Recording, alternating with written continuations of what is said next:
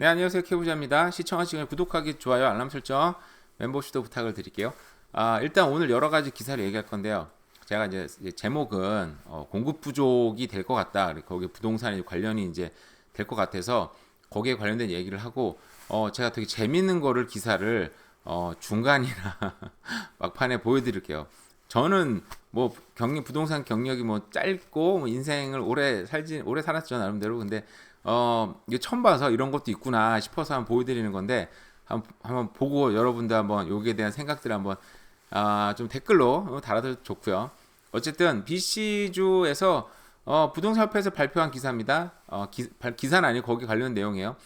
BC주 주택 열기가 이제 연말에 이제 고조된다. 시작은 완만한데 끝은 강력할 것이다. 자, 금리 인하가 시기에 맞춰가지고 이제 뭐 6월달 이후로는 떨어질지 안 떨어질지 모르지만 어쨌든 연말에나 뭐 내년부터 확실히 떨어질 것 같다는 생각 많이 하잖아요, 그죠? 그래서 그때 이제 매수자들이 그 전이나 그때쯤 들어올 테니까 어쨌든 올해 끝에는 강력한 어떤 뭐 열기가 뭐 반등까지는 얘기는 안 했네요. 이제 부동산 거래가 이제 많아질 거다. 근데 어쨌든 거래가 많아지면 우리 상식적으로 봤을 때 이제 뭐 가격도 올라가지 않을까 뭐 그렇게 예상을 할 수도 있겠죠. 그 주택 거래는 뭐 여전히 부진한 수준이지만 캐나다 중앙은행이 기준금리를 내리는 것을 보고 예비 구매자들이 신뢰를 회복하고 들어갈 수 있다. 근데 문제는 여전히 이런 거죠. affordability 계속 얘기 나오고 있어요. 구매력, 경제성이라고 표현했는데 여기 구매력을 얘기할게요. 구매력이 굉장히 문제가 많이 되고 있죠. 왜냐면 월급은 생각보다 많이 오르지 않았는데 금리는 그대로 있는 상태고요, 그죠?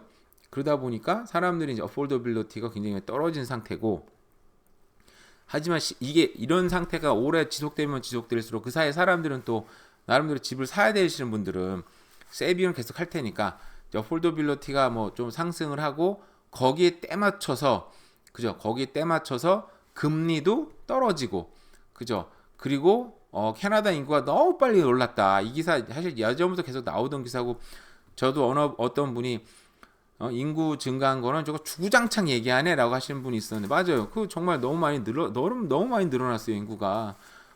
사실상 정부가 뭐 이 뭐라고 표현하는 있었는데, 인구가 인플레이션 되는 그런 단어가 있었는데 제가 지금 기억이 안 나네요. 자, 정부가 사실상 부족한 주택과 임대료 인플레이션을 초래했다. 제가 볼 때는 이게 정부에서 한 얘기죠. 근데 이제 물론 인구를 증가시켜서 여러 가지 경제의 뭐 소프트 랜딩이라든지 아니면 인력난을 해소한 부분도 있기 때문에 장단이 있어서 막 한쪽이 막 무조건 잘못했다, 한쪽은 무조건 뭐 잘했어 이렇게 얘기하기는 사실상 쉽지는 않을 것 같아요. 근데 어쨌든 이제 부동산 관점을 봤을 때는 주택 매물이 더 많이 줄었고, 이로 인해서 임대료는 치솟아 올랐고, 그리고 저도 어제 또 계속 얘기하고 있지만 또 그 문제가 뭡니까? 지금 결국은 어떻게 보면은 임대 사업자들이나 어떤 뭐 사업을 사시는 분들의 텍스를 올리겠다고 발표를 했어요. 어떤 기업을 운영할 수 있는 그런 모티베이션이 줄어들고, 그죠? 집주인들도 지금 시장에 진입한 사람 사실상 문제가 없을 수도 있는데, 예전부터 오랫동안 예를 들어서 뭐 별장이나 코티지라든지 아니면 세컨하우스를 갖고 있어서 렌트를 줬던 사람들 같은 경우에는 그걸 팔았을 때 뭐 이미 뭐 그 텍스를 좀 더 내야 되니까 이게 그냥 팔고 말아버리자. 그럼 이제 공급 물량이 줄어들 수 있다고 얘기를 했잖아요. 공급 물량의 부족은 여전한 수요가 있는 상태, 여전한 정말 사실상 수요가 너무 강한 캐나다에서는 그게 안 좋은 결과가 나올 수 있지 않을까라고 생각을 했어요. 그죠?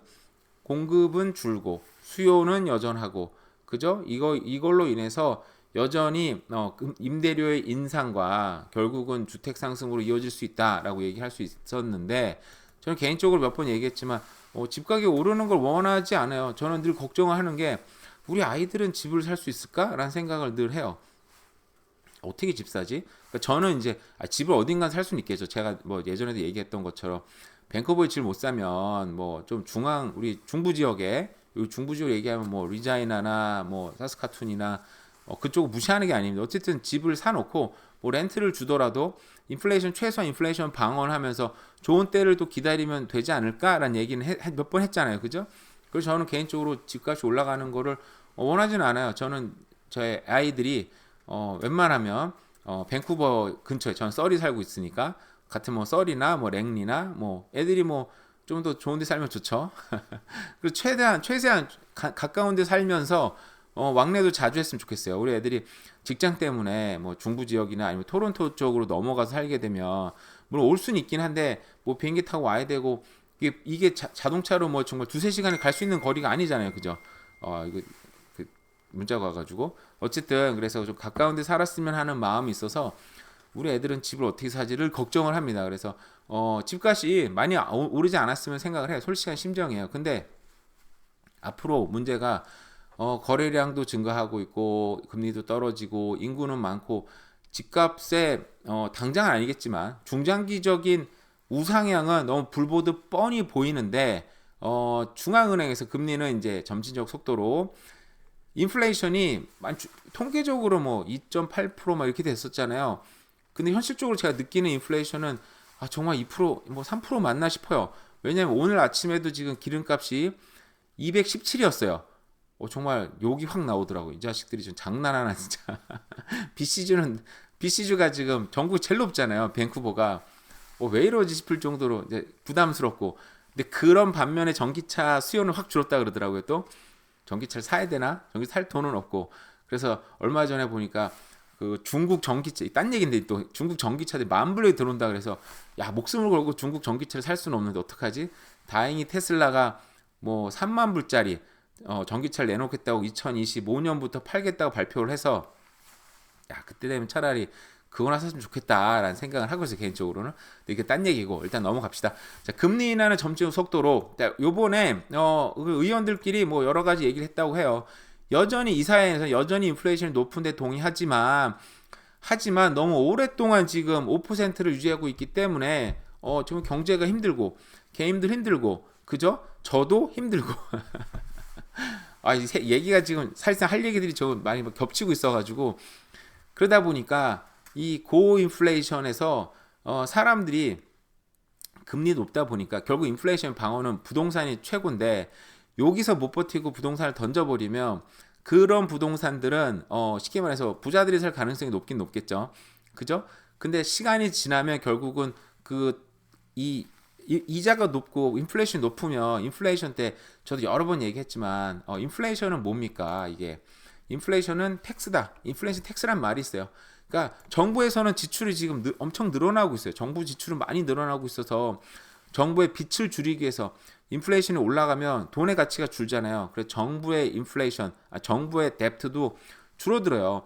정부의 뎁트를 갚으려면, 정부의 빚을 갚으려면 사람들한테 텍스를 걷어들여야 되는데 텍스를 내자고 하니 벌써 이 부자들 어제 뭐 몇 퍼센트 0.23%인가 극도의 부자들만 슈퍼리치만 소위 말하는 내야 되는 텍스임에도 불구하고 저도 벌써 걱정을 하잖아요. 왜냐하면 그들은 텍스를 안 낼 거니까 결국 어떤 수단으로든 전가시켜서 나 같은 평범한 사람들이 내가 될 테니까 걱정이 들어서 이런 말도 안 되는 정책하면 안 되라고 얘기했는데 자 어쨌든 정부는 인플레이션을 높임으로써 정부의 그 뎁트를 줄이는 역할을 합니다. 이런 건 좀 다른 유튜브를 보면서 공부를 좀 하셨으면 좋겠고요. 자 레이 달리오도 얘기했습니다. 정부는 지금 여기 보시면 중간에 글씨가 좀 안 보이실 것 같긴 한데 중앙정부의 재정 적자가 커지고 있고 이런 패턴 바뀌지 않았어요. 그러다 보니까 재정 적자가 점점 더 커질 것 같다. 적자가 커지면 정부는 국채를 팔고 그죠? 더 많은 돈을 인쇄하고 부채를 매입해야 될 것이다. 결국은 이거 뭡니까? 인플레이션을 유발하고 있는 지금 거대한 주체인 정부는 캐나다 정부도 마찬가지입니다. 한국 정부도 마찬가지예요. 인플레이션이 늘어나고 있어요. 인플레이션이 늘어나면 늘어날수록 집값은 올라갈 수밖에 없어요. 지금 안 올라가고 있겠지. 안 올라가는 것처럼 보이지만 인플레이션이 높으면 뭐가 없어진다 그랬어요?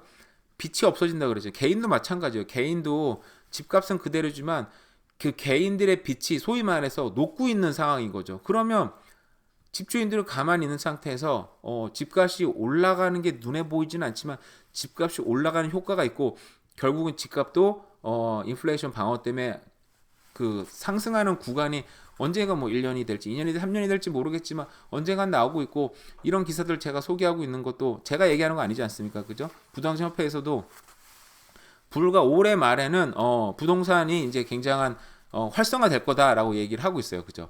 자, 그러다 보니까 근데 여기서 하나 더 얘기해서 인력난이 지금 있는 것 같아요. 저도 뭐 잘 몰라요 이런 거. 뭐 방구석 유튜버가 뭐 얼마나 잘 알겠습니까? 기사 보면서 그냥 그런가 보다 하는 건데, 여러분들 소개는 제 생각을 섞어서 얘기하는 거예요.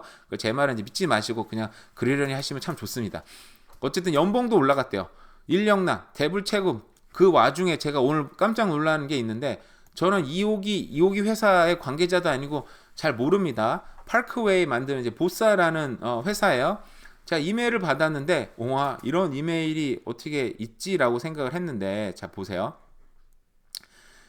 여기 보시면 뭐냐면은, 우리가 디파짓을 내잖아요. 20불 디파짓을 내면 10%에 대해서는 이자를 주겠대요. 그래서, 은행 대신 이자를 주겠다고? 근데 이자율이 너무너무 놀라운 이자율입니다. 자, 보시면은, 작은 집들 같은 경우에는 예를 들어서 그냥 우리 계산 쉽게 생각하기 위해서 그냥 집값을 8억이라고 볼게요. 10억이 더 편한데 계산은. 어쨌든 자, 8억이라고 칩시다. 8억 예로 나와서 설명하기 위해서요. 지금 오늘 시간이 없어서 말이 좀 급해지는데, 어쨌든 8억이라고 치면 그러면 이제 20%니까 16만 불을 내야 되잖아요. 근데 거기에 10%에 한해서 이자를 주겠다는 거예요. 세상에. 좀 작은 집들 같은 게 뭐 스튜디오나 1.5룸, 뭐 2베드룸 일부겠죠. 근데 거기는 9%를 주겠대요. 이런 세상이. 요즘에 은행이 정기 적금, 정기 예금 뭐라고 표현인지 모르겠지만 어쨌든 5% 정도 주거든요. 거기 거의 더블을 주겠다는 거예요. 또 방 2개짜리에서는 11%를 주겠대요. 세상에 너무 저는 깜짝 놀랐어요. 이런 프로그램이 세상에 존재할 수 있나. 너무 놀랍지 않습니까? 은행보다 더 주겠대요. 당연히 회사채니까 은행같이 이제 그 원금이 보장되지 않는 부분이 있을 것 같아요. 제 상식적으로 생각해 볼 때. 근데 어쨌든 보싸면 굉장히 큰 회사 아닙니까? 이런 큰 회사가 이 정도로 지금 회사채 발행을 쉽게 말해서 11%짜리 하겠다는 얘기를 똑같아요. 제가 듣기에는. 그리고 어사이먼트 피도 뭐 3%, 1% 줄여주겠대요. 이 돈이 굉장히 지금 이 건설업이 위기라고 하는데, 보싸가 위기인지 아닌지 저는 잘 몰라요. 그냥 기사에 건설업계 위기라고 하니까 위기인가 보다 생각은 했죠. 근데 이 기사를 보니까 정말 돈이 많이 필요하긴 한가 보다라는 생각이 듭니다. 그래서 얘를 여기서 보내준 거, 이 회사에서 보내준 이메일이에요. 보시면 자, 85만 불짜리 예를 들었네. 80만불짜리 아니고 어쨌든 85만 불짜리 집을 살려고 생각을 했어. 근데 그 디파짓 중에 10%의 이자를 주겠다고 하니까, 자, 요즘에 GIC라고 이제 이자를 확정적으로 주는 게 뭐 4.2% 정도 준대요. 그래서 이렇게 3년을 묵혀두면 11만 불, 아니, 11,000불, 죄송합니다. 11,000불을 이자로 받을 수 있는, 그렇게 되는 거예요. 근데 보사에다 맡기면 23,000불을 주겠대요. 11%짜리를 주니까. 여러분 이거 엄청난 기회 아닙니까? 그러니까 저게 언제 뭐 빌딩 완성되는지 전 자세히 모르겠어요. 근데 어쨌든 16만 불 정도를 디파짓을 걸어 놓으면 빌딩을 사야 되니까. 근데 이게 완공이 2년 뒤에 되나 보죠? 그러면은 이 이자를 거기다가 23,000불을 얹어준대요. 그러면은 엄청난 이익인데요. 사실 11%짜리 거는 주식시장에도 있긴 있어요. 근데 굉장히 좀 위험한 부분이 있긴 있죠. 근데 보사 정도의 기업에 저는 저 몰라. 이런 얘기 했다고 막 조회수 막 200, 300 나오는 유튜버를 뭐라 그러진 않겠지. 그죠? 설마 그러지 않을 거라 믿고. 한국말인데 알아듣지도 못할 거잖아요. 그죠? 어쨌든 11%짜리의 어떤 그 2년 동안 지급해준다고 합니다. 와, 이거 엄청난 게 아니에요? 이거 보면 상대적으로 이게 건설업계가 진짜 좀 힘든가? 라는 생각이 들어요. 자, 예를 들어 이 기업, 저는 관계자가 아닙니다. 자, 스튜디오 룸이 뭐 406 스퀘어핏인데 여기에다가 일단 8만 불 넣어야 될 거 아니에요. 그죠? 그럼 4만 불에 11%를 주면은 뭐 2, 3년 뒤에는 2, 3년 정확하게 기획이 나오잖아요. 2년 뒤에는 뭐 11,000불을 준대요. 돌려준대요. 이런 기회가 세상에 없다. 근데 한편으로 생각해 보면 건설업계가 진짜 많이 어려운 거보다 라는 생각이 듭니다. 이 정도 대기업이 이런 정도의, 근데 제가 힘들다고 느낀 게 사실은 요 얘기를 딴 데를 하려고 그랬는데, 지금 아버츠폴드에 얼마 전에 제가 이제 소위 말해서 임장을 한번 가봤죠. 가봐서 되게 괜찮은 정말 대규모 단지가 있었어요. 정말 큰 단지가 분양하고 이런데 투자하면 좋겠다 생각을 했는데, 거기는 5%만 투자하래요. 그래서 아니 5%를 투자해서 어떻게 이걸 진행을 시키지 그랬는데 5%로만 투자를 하면 나머지는 제가 이해하는 바로는 다른 회사에서 채권을 사는 거예요. 채권을 사게 해줘가지고 나중에 이제 뭐 어쨌든 은행에 이제 모기지 받을 때 다 갚긴 갚아야 되죠. 그래서 5%만 투자하고 5%로 채권을 대출 받으면 그 기업 그 집을 살 수 있게 2년 동안 이제 그 완공이 될 때가 이제 1년 반 정도 기다렸는데 그 사이까지 5%만 내면 버틸 수 있게 해주는 거예요. 그래서 5%만 있어도 나도 일단은 2년 정도 버티고 뭐 내가 그 사이에 돈을 또 번다든지 돈을 더 꾼다든지 아니면 뭐 갖고 있는 콘도 하나 팔아서 좀 더 아버지 볼 때 큰 어떤 타운홈을 사면 좋겠다 여러 가지 생각을 했는데 뭐 그렇게 뭐 일단은 지금 여건과 환경이 도저히 받쳐주지 않아서 할 수가 없겠다 생각을 했는데 이렇게 세상에 이 10%에 대해서 무려 11%를 주는 말 좀 헷갈리네 지금 11%나 주는 그런 프로그램이 나왔습니다. 그만큼 지금 이 회사도 뭐 캐시가 많이 필요한가 보다라는 생각이 들어요. 대충 그런 추정을 해요. 저만의 뇌피셜, 저만의 추정입니다, 여러분. 이걸 믿지 마시고 일단은 제 생각이니까 그냥 해보세요. 그래서 어쨌든 근데 이런 건설업계가 어려워지고 뭐 힘들어지면 당연히 나중에 공급은 좀 어려워지지 않을까, 그죠? 2, 3년 동안 혹시 뭐 그 이후로 그죠? 그러면은 당연히 주택 협회에서도 뭐 내년이나 내후년에는 뭐 주택의 피크를 찍는다. 그 정부 정책은 또 제가 볼 때는 이런 뻘짓을 또 하고 있어요. 그죠? 총선 앞둔다 그래서 이런 여러 가지 복합적 요인이 부동산의 상승 요인으로 전환될 때가 분명히 오긴 올 거다. 근데 그걸 제 개인적으로 원하는 건 아니고요. 그래서 그냥 제 생각은 그래서 여러 가지 생각을 한번 오늘 방송으로 만들어 봤습니다. 네, 뭐 제 생각이니까 뭐 그냥 한번 들어보시면 좋다는 생각이 들었어요. 어쨌든 남은 하루도 잘 보내세요. 네, 감사합니다.